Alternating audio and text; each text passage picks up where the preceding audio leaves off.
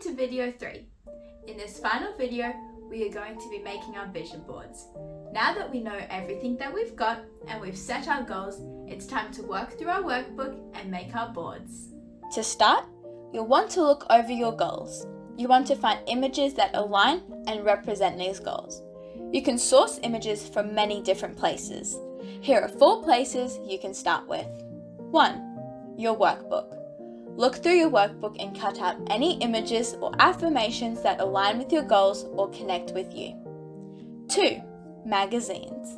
You can look through some of your favorite magazines to find inspiring images and quotes. 3.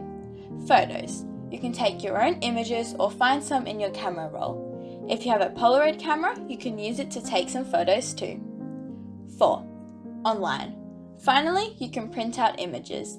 These can be from websites, Google Images, or your favorite Instagram feeds. You will find the largest variety here.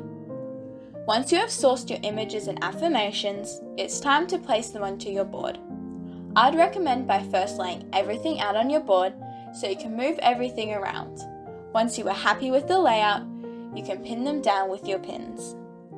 Now that you have completed your board, you want to hang it in a place that you can see it daily. This could be in your room, on your desk, or even in your locker. You will want to update your vision board once you complete your goals. This could be anywhere from 3 months to a year.